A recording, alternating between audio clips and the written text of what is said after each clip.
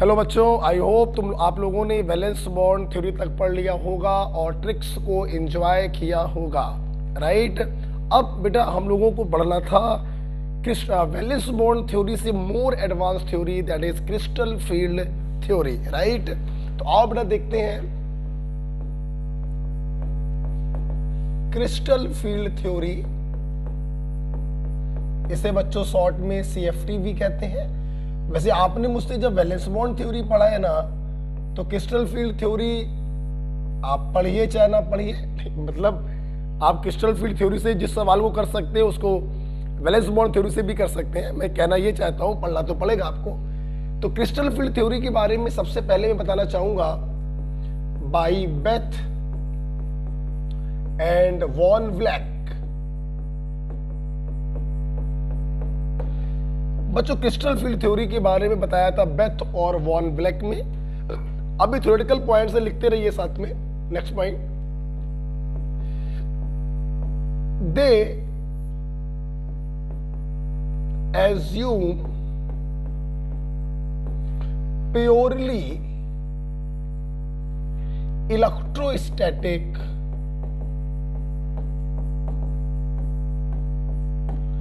force of attraction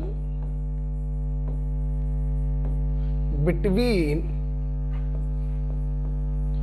ligand and center metal। ये जो बड़ा क्रिस्टल फील्ड थ्योरी है ना, ये कहती है कि पॉजिटिवली चार्ज मेटल और निगेटिवली चार्ज लिगेंड के बीच में इलेक्ट्रोस्टैटिक फोर्स ऑफ अट्रैक्शन लगता है, मतलब आयनिक बॉन्ड बनता है। कोई ऑर्बिटलों की ओवरलैपिंग नहीं होती, कोई कोऑर्डिनेट बॉन्ड नहीं बनता। ये एज्यूम किया क्रिस्टल फील्ड थ्योरी ने। जबकि वैलेंस बॉन्ड थ्योरी ने क्या कहा था कि लिगेंड के फुल फील्ड ऑर्बिटल मेटल के वैकेंट ऑर्बिटल से ओवरलैप करते हैं और कोऑर्डिनेट बॉन्ड बनाते हैं। जबकि क्रिस्टल फील्ड थ्योरी कह रही है ऐसा कुछ भी नहीं है, लिगेंड और मेटल के बीच में सिर्फ इलेक्ट्रोस्टैटिक फोर्स ऑफ अट्रैक्शन लगता है, राइट बेटा। Next point, when ligand approaches center metal, its electron causes repulsion in d electron of metal, leading splitting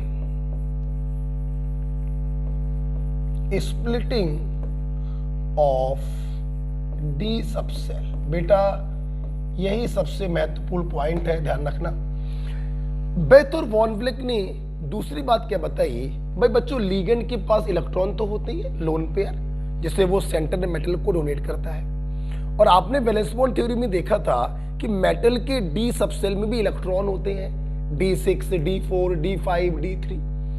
तो जब लिगेंड मेटल को अप्रोच करता है फोर्स ऑफ अट्रैक्शन के कारण, तो मेटल के अंदर जो D इलेक्ट्रॉन है और लिगेंड के पास जो लोन पेयर है उनमें रिपल्सन लगता है, जिसके कारण ये जो D सबसेल होती है जो 5 ऑर्बिटलों से मिलकर बनती है, ये 2 भागों में टूट जाती है। कितने भागों में बेटा? 2 भागों में। ये आपने मेरे साथ लिख लिया है, तो इसको कोई समय तो देना नहीं है आपको, इस पॉइंट को ध्यान समझिएगा, यही सबसे इंपॉर्टेंट पॉइंट है, इसी को समझना है थोड़ा सा। जैसे जैसे मेरी बात समझ, ये 1 2 3 4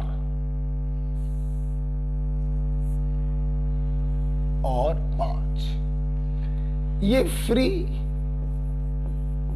मेटल आयन था। तो ये पांचों के पांचों जो D ऑर्बिटल थे, इन पांचों का एनर्जी सेम था। बेटे कौन कौन से 5 हैं? DXY, DYZ, DXZ, DZ² और DX² माइनस Y²। पांचों का एनर्जी बच्चों सेम है। DXY, DYZ और DXZ इनमें बेटा 4 लोब्स होते हैं और ये जो लोब्स होते हैं ये एक्सिस के बीच में छुपे होते हैं, एक्स वाई में छुपे हुए हैं, तो डी एक्स वाई,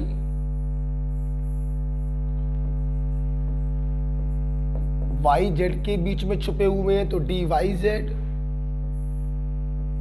और एक्स और जेड एक्सिस के बीच में छुपे हुए हैं तो डी एक्स जेड। ये तीन हो गए। D x square minus y square क्या होता है, उसके जो लोब्स होते हैं वो एक्सिस के अलोंग ओरिएंटेड होते हैं। ये d x square minus y square है, और डी जेड स्क्वायर जो है ये अकेला ऐसा डी ऑर्बिटल है जिसमें 4 के स्थान पर 2 लोब होते हैं। ठीक, अब देखो होता क्या, ये 5 डी ऑर्बिटल का डायग्राम होता है। इन तीनों का ओरिएंटेशन एक जैसा है बिटवीन द एक्सिस, और इन दोनों का ओरिएंटेशन एक जैसा है अलोंग द एक्सिस। इसीलिए बच्चों इन तीनों को हम लोग नॉन एक्सियल डी ऑर्बिटल भी कहते हैं, और इन दोनों को हम लोग एक्सियल डी ऑर्बिटल भी कहते हैं। अब सुनना, जब तक मेटल फ्री होता है तब तक इन पांचों का एनर्जी सेम होता है। अब क्या हुआ, ligand approaches, S ligand approaches, it causes repulsion in D electron. तो जब रिपल्सन होता है तो क्या होता है बेटा, इन तीनों का ओरिएंटेशन एक जैसा है, ये तीनों एक जैसा रिपल्सन फील करते हैं, और इन दोनों का ओरिएंटेशन एक जैसा है, ये दोनों एक जैसा रिपल्सन फील करते हैं। तो ये जो डी ऑर्बिटल है ये इस प्रकार से बीच से टूट जाता है 2 सेटों में, 3 ऑर्बिटलों का एक सेट बन जाता है और दूसरा सेट बन जाता है 2 ऑर्बिटलों का। 3 ऑर्बिटलों के सेट को हम T2G कहते हैं और 2 ऑर्बिटलों के सेट को हम EG कहते हैं। आपसे कोई पूछे कि 3 ऑर्बिटलों के सेट में कौन कौन से डी होते हैं, तो नॉन एक्सियल वाले डी होते हैं T2G में, क्योंकि इनका ओरिएंटेशन एक जैसा है। और इसमें कौन कौन से होते हैं, एक्सियल वाले होते हैं EG में, क्योंकि इन दोनों का ओरिएंटेशन एक जैसा होता है। तो दिस इज एक्चुअली हम लोग जिसे कहते हैं क्रिस्टल फील्ड थ्योरी। जब कोई लिगेंड किसी मेटल को अप्रोच करता है तो लिगेंड के इलेक्ट्रॉन मेटल के डी ऑर्बिटल में रखे इलेक्ट्रॉनों में रिपल्सन लगाते हैं। नॉन एक्सियल में सेम रिपल्सन लगता है, वो तीनों एक साथ जाएंगे, और एक्सियल में आपस में सेम लगता है, ये दोनों एक साथ जाएंगे। लेकिन नॉन एक्सियल और एक्सियल में रिपल्सन डिफरेंट लगता है, तो ये दोनों अलग अलग हो जाते हैं। इस प्रकार से आप वीडियो को पॉज करके इसको लिख लें, मैं थोड़ा समय भी दे रहा हूं। This is crystal field theory. Metal और लिगेंड के बीच में कोई बॉन्ड सॉन्ड नहीं बनते, बल्कि इलेक्ट्रोस्टैटिक फोर्स ऑफ अट्रैक्शन लगता है। जब लिगेंड मेटल को अप्रोच करता है तो लिगेंड के इलेक्ट्रॉन मेटल के डी इलेक्ट्रॉनों में रिपल्सन लगाते हैं, जिससे ये 5 डी ऑर्बिटल 2 सेट में टूट जाते हैं। 3 ऑर्बिटलों के सेट को T2G और 2 ऑर्बिटलों के सेट को EG कहते हैं।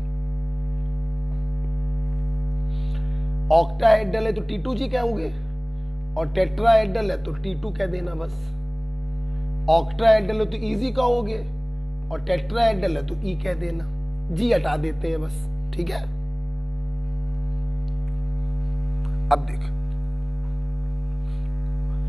अब सवाल बच्चों ये उठ रहा है कि जब रिपल्सन T2G में भी लग रहा और EG में भी लग रहा, तो रिपल्सन के कारण एनर्जी हमेशा बढ़ती है।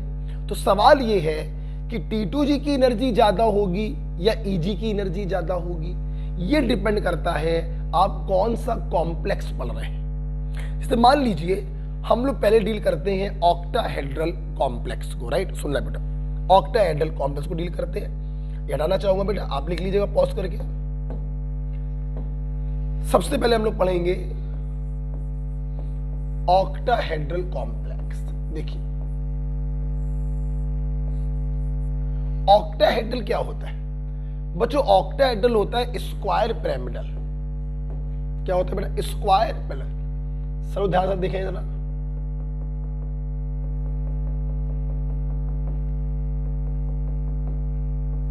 ये मेटल है,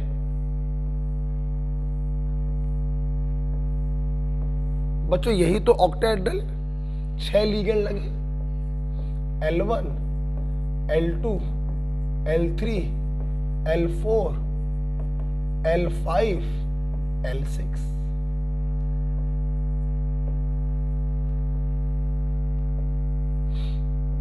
और अगर हम ध्यान से देखें तो लीगेंड जहां पे लगे हैं, अगर इस एक्सिस को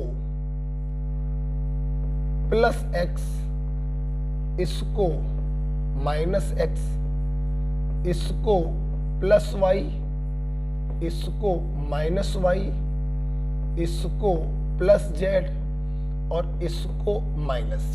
तो अगर ध्यान से हम देखें कि सारे के सारे जो लीगेंड हैं वो एक्सिस के अलोंग जब मेटल को अप्रोच करेंगे तभी तो ऑक्टाहेड्रल कॉम्प्लेक्स बनेगा।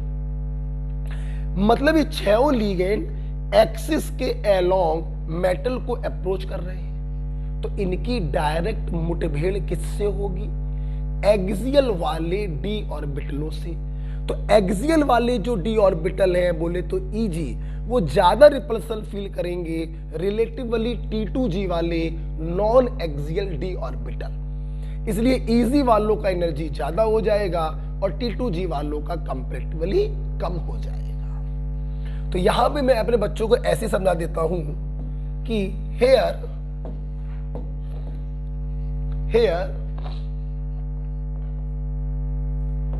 all ligand approaches center metal along the axis, hence along the axis, hence easy orbital feel relatively more repulsion, relatively more repulsion. इसलिए देखिए चलो बेटा, ये जो आपके 5 डी ऑर्बिटल थे फ्री स्टेट में,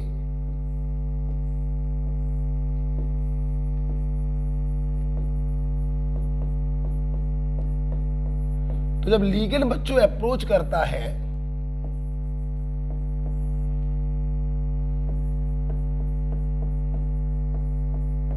तो ये 2 सेटों में टूट गए। 2 ऑर्बिटलों का सेट Easy जिसमें रिपल्सन ज्यादा लगेगा और 3 ऑर्बिटलों का सेट T2G जिसमें रिपल्सन कम लगेगा। अगर इन दोनों का एवरेज एनर्जी हम ये मान लें, एवरेज एनर्जी जिसे हम लोग बारी सेंटर पढ़ते हैं, तो हम ये कहेंगे कि Eg में रिपल्सन ज्यादा लग रहा है तो उसकी एनर्जी एवरेज एनर्जी से ज्यादा होगी, और T2G में रिपल्सन कम लग रहा है तो उसकी एनर्जी एवरेज एनर्जी से कम होगी।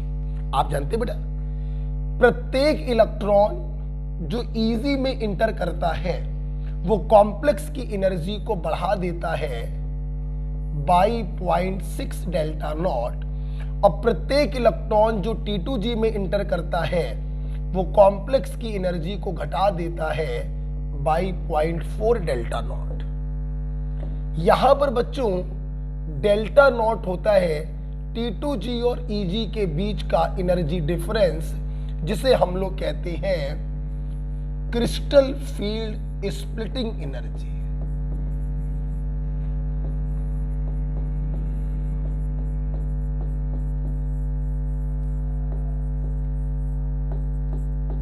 बच्चों बोलो क्या कहते हैं? Crystal field splitting energy, right. ये आपका होता है crystal field splitting in octahedral complex. Ligand axis के अलोंग अप्रोच करते हैं, इसलिए एक्सियल ऑर्बिटल ईजी ऑर्बिटल में ज्यादा रिपल्सन लगता है, उनकी एनर्जी एवरेज एनर्जी से ज्यादा हो जाती है बाई 0.6 डेल्टा नॉट। T2G में रिपल्सन कम लगता है तो उनकी एनर्जी एवरेज एनर्जी से कम हो जाती है माइनस का 0.4 delta not. Delta not is the energy difference called crystal field splitting energy. मैं अपने स्टूडेंट को यह भी बताना चाहूंगा, कभी कभी बच्चों डेल्टा नॉट के स्थान पर DQ लिख के आता है। क्या लिख के आता है? D2।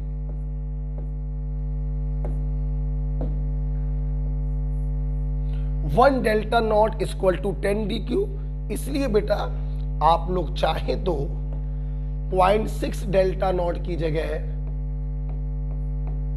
6 DQ लिख सकते हैं और माइनस का 0.4 डेल्टा नॉट की जगह माइनस का 4 DQ लिख सकते हैं। This is called crystal field splitting in octahedral complex.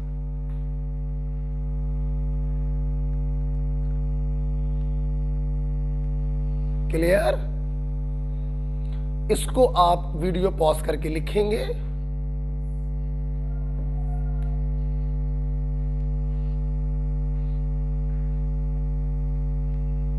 अच्छा बेटा, लिख लेंगे जब आप लोग वीडियो पॉज करके। तो यहां पर मैं आपको एक बात और बताना चाहूंगा। देखो बेटा, ये जो क्रिस्टल फील्ड स्प्लिटिंग एनर्जी होती है बेटा, ये डिपेंड करती है लिगेंड की स्ट्रेंथ पर। हमारा लिगेंड जितना ताकतवर होगा तो जब वो मेटल को अप्रोच करेगा तो उसके इलेक्ट्रॉनों में उतना भयानक रिपल्सन लगाएगा, और जितना भयानक रिपल्सन लगाएगा क्रिस्टल फील्ड स्प्लिटिंग एनर्जी उतनी ज्यादा होगी। तो हम ये भी लिख सकते हैं, हम ये भी लिख सकते हैं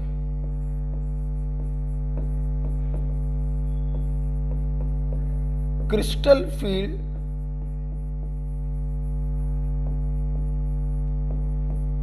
स्प्लिटिंग एनर्जी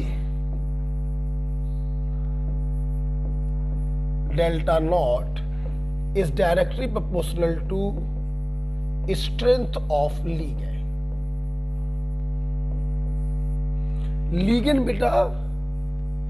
ligand बेटा जितना स्ट्रॉन्ग होगा क्रिस्टल फील्ड स्प्लिटिंग एनर्जी उतनी ज्यादा होगी, and it is directly proportional to also charge on metal ion. Metal ion पे चार्ज भी जितना ज्यादा होगा अटैक उतनी तेजी से करेगा, अटैक जितनी तेजी से करेगा रिपल्सन उतना ज्यादा लगेगा, तो डेल्टा नॉट की वैल्यू भी बच्चों उतनी ज्यादा होगी। आप जानते हैं वैलेंस बॉन्ड थ्योरी में मैंने आपको स्पेक्ट्रोकेमिकल सीरीज बताया था, आप इसको पॉज करके लिख लीजिएगा, राइट। उस स्पेक्ट्रोकेमिकल सीरीज को हम लोगों ने कैसे बनाया? हमने एक मेटल लिया, उसमें डिफरेंट लिगेंड्स को लगाकर बार बार डेल्टा नॉट को कैलकुलेट किया। जिस लिगेंड के लिए डेल्टा नॉट सबसे ज्यादा आया, मतलब उस लिगेंड की स्ट्रेंथ उतनी ज्यादा, उसको स्पेक्ट्रोकेमिकल सीरीज में सबसे आगे रखा। और जिस लिगेंड के लिए डेल्टा नॉट की वैल्यू सबसे कम आई, मतलब उसकी स्ट्रेंथ सबसे कम, उसे स्पेक्ट्रोकेमिकल सीरीज में सबसे पीछे रखा। कहने का मतलब डेल्टा नॉट की मैक्सिमम वैल्यू होगी for CO and minimum value होगी फॉर आयोडाइड। यस, हमने स्पेक्ट्रोकेमिकल सीरीज एक्चुअली में डेल्टा नॉट को देखकर ही बच्चों बनाई है। तो आइए क्यों ना एक बार फिर से रिवीजन हो जाए उसी स्पेक्ट्रोकेमिकल सीरीज का, देखेंगे। स्पेक्ट्रोकेमिकल सीरीज, आज आपको ये समझ में आया कि स्पेक्ट्रोकेमिकल सीरीज बनी है on basis of crystal field splitting energy.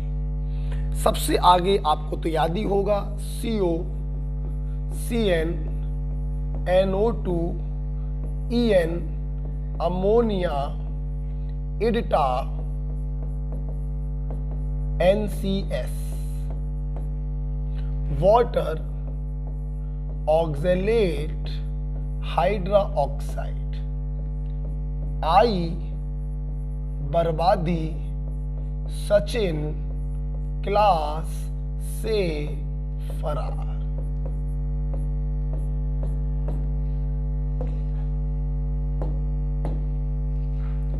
This is the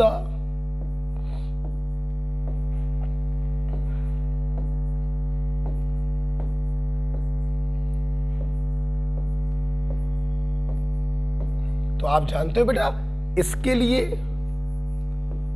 delta not maximum है और इसके लिए डेल्टा नॉट मिनिमम है। This is the strength of ligand.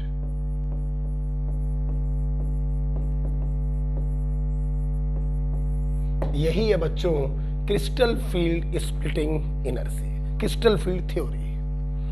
Octahedral में हम लोग पढ़ रहे हैं, Eg का एनर्जी ज्यादा होगा, T2G का कम होगा।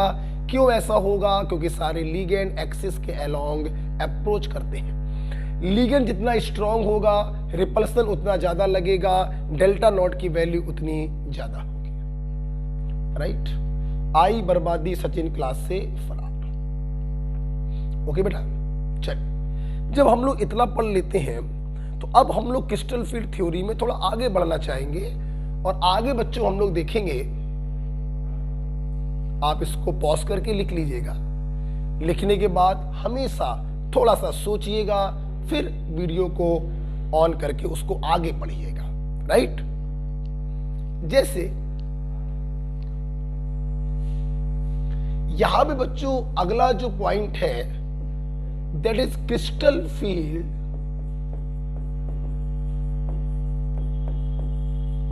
Stabilization energy.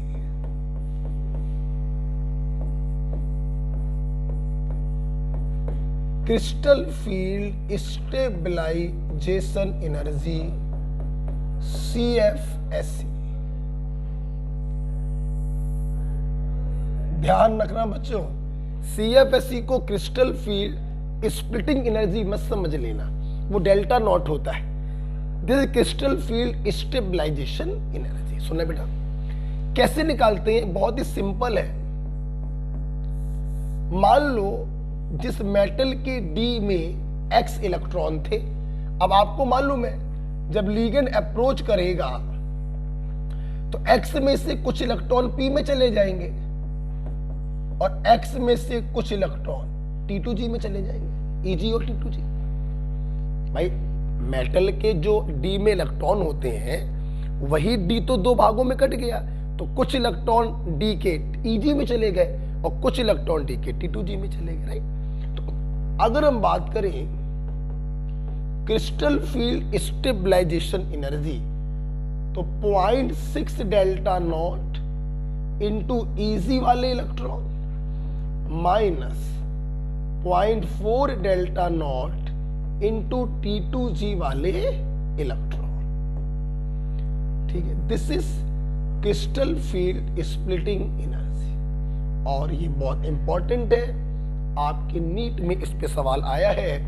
Crystal field stabilization energy बराबर 0.6 डेल्टा नॉट इंटू Eg वाले electron minus 0.4 delta not into T2G वाले इलेक्ट्रॉन।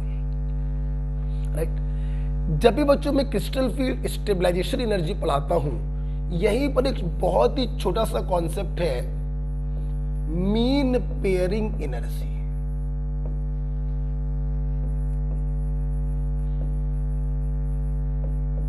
कैपिटल P यहीं पढ़ेंगे।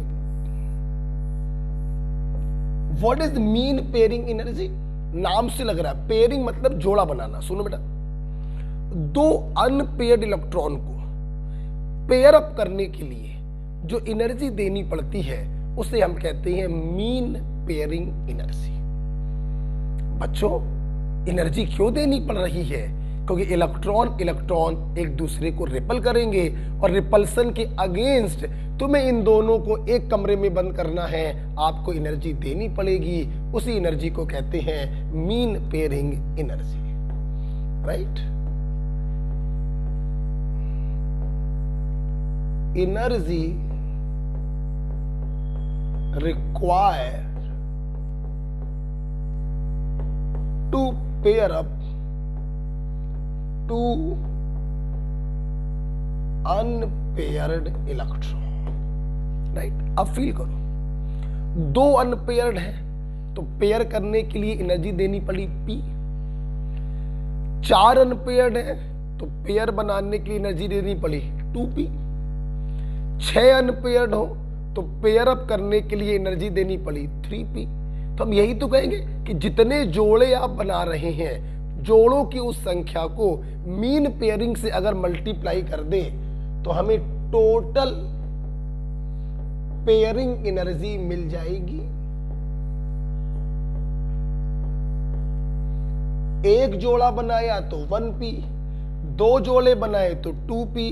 तो अगर m जोड़े हम बना रहे हो तो कितनी एनर्जी देनी पड़ेगी टोटल MP, जहां पर m होगा number of pair, number of pair electron नहीं, नंबर ऑफ पेयर जोड़ों की संख्या, राइट। इस पॉइंट को पढ़ाते समय ये क्यों पढ़ाते हैं, कभी कभी बेटा क्या होता है, एग्जामिनर आज से क्रिस्टल फील्ड स्टेबलाइजेशन एनर्जी पूछता है और उसमें मीन पेयरिंग एनर्जी को भी इंक्लूड कर देता है।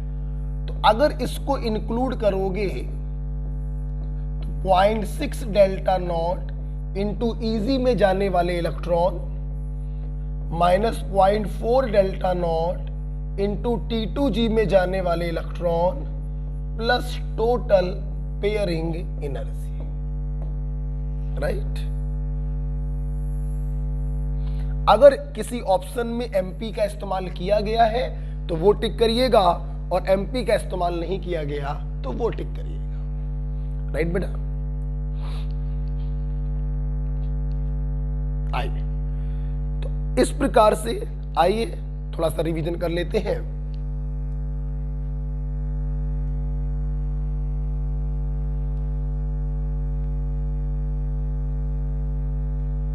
लिख लिया?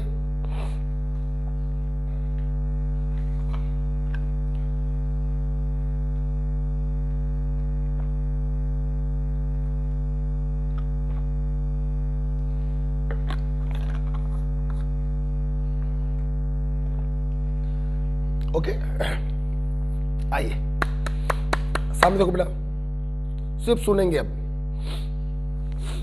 क्रिस्टल फील्ड थ्योरी हमसे कहती है मेटल और लिगेंड के बीच में कोई भी फोर्स ऑफ कोई भी बॉन्ड सॉन्ड नहीं बनता, कोई ओवरलैपिंग नहीं होती, बल्कि मेटल और लिगेंड के बीच में इलेक्ट्रोस्टैटिक फोर्स ऑफ अट्रैक्शन लगता है। जब लिगेंड मेटल को अप्रोच करता है तो लिगेंड के लोन पेयर मेटल के d ऑर्बिटल में रखे इलेक्ट्रॉनों में रिपल्सन लगाते हैं, जिससे 5d ऑर्बिटल 2 सेटों में टूट जाते हैं, एक्सियल ऑर्बिटल का सेट Eg और नॉन एक्सियल का सेट T2G।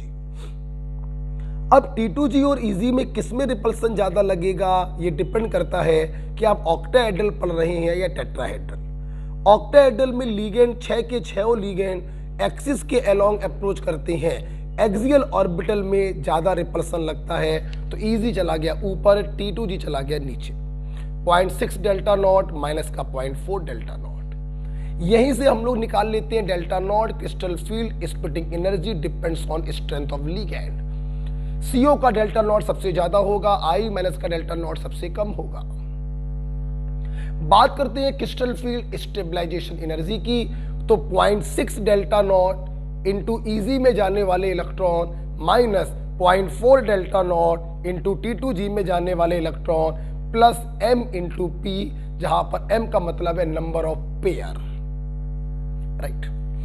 जब बच्चों हम लोग ये सब पढ़ लेते हैं तो आइए अब मैं आपको इस CFT के मेन टॉपिक की तरफ लेके चल रहा हूं। सब लोग तैयार, पेन कॉपी बंद करिए और सामने देखिए, मेन टॉपिक है, मैं इसको हटा रहा हूं। अब आपने देखा कि भाई फ्री मेटल में जो डी में इलेक्ट्रॉन होते हैं वही तो Eg और T2G में जाते हैं। तो कैसे जाते हैं जरा आप देखिए बच्चों, DX configuration, right, strong ligand, बोले तो लो स्पिन। स्ट्रॉन्ग लिगेंड में बच्चों आपको मालूम है पेयरिंग हो जाती है, और वीक लिगेंड बोले तो हाई स्पिन जिसमें पेयरिंग नहीं होती है। आज आपको वैलेंस बॉन्ड थ्योरी में हमने ट्रिक्स कैसे बनाई थी सबका उत्तर आपको मिलेगा, सब लोग देखते चलेंगे। आपको मालूम होगा वैलेंस बॉन्ड थ्योरी में मैंने कहा था D4 से D7 तक ऑक्टेट की बात चल रही है, D4 से D7 तक लिगेंड का फर्क पड़ता है।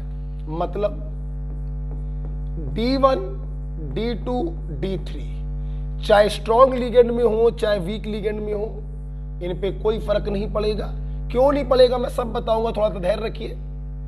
फर्क पड़ता है D4, D5, D6, D7, D8, D9 और D10 पर भी फर्क नहीं पड़ता।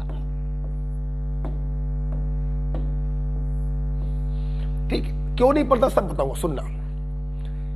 लिगेंड स्ट्रॉन्ग अप्रोच कर रहा हो या वीक, डी दो सेटों में टूटेगा, T2G low energy, Eg high energy, right. T2G easy, T2G easy, T2G easy, T2G easy।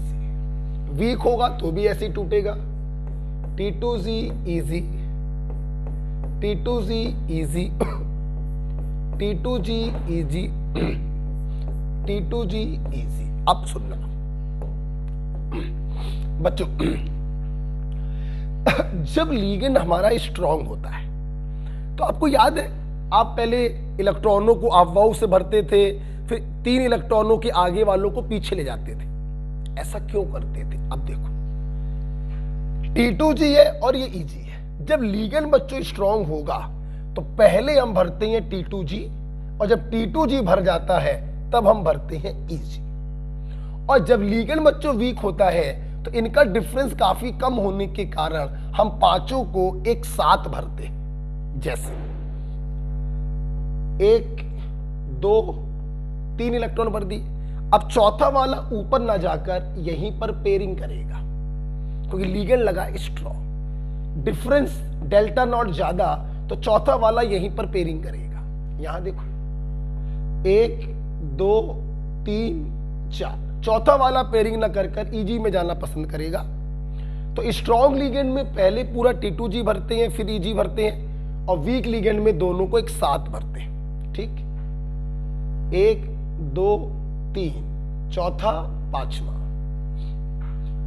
1, 2, 3, 4, 5, 1, 2, 3, 4, 5, 6, 1, 2, 3, 4, 5, अब पेयरिंग होगी 6,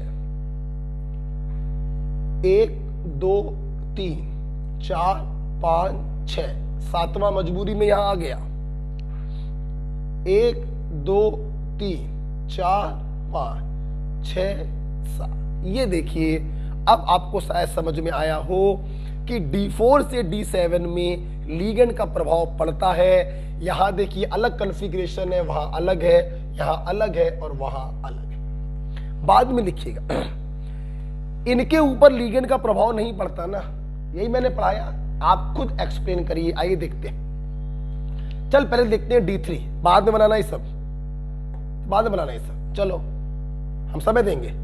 मान लो D3 बात करें, अब देखना T2G easy, T2G easy। अब देखना स्ट्रॉन्ग लिगेंड हुआ तो भी 3 इलेक्ट्रॉन ऐसे आएंगे, और वीक लिगेंड हुआ तो भी 3 इलेक्ट्रॉन ऐसे आएंगे। क्या D3 के ऊपर लिगेंड का कोई प्रभाव पड़ा? नहीं पड़ा। सिमिलरली नीचे के 3 पर भी प्रभाव नहीं पड़ेगा। आओ D8 को करके देखते हैं। Strong ligand, week ligand. आओ बढ़ते हैं। स्ट्रॉन्ग में पहले T2G फिर EG, वीक में दोनों एक साथ। 2 3 4 5 6 7 8। यहां पर 1 2 3 4 5 6 7 8। आप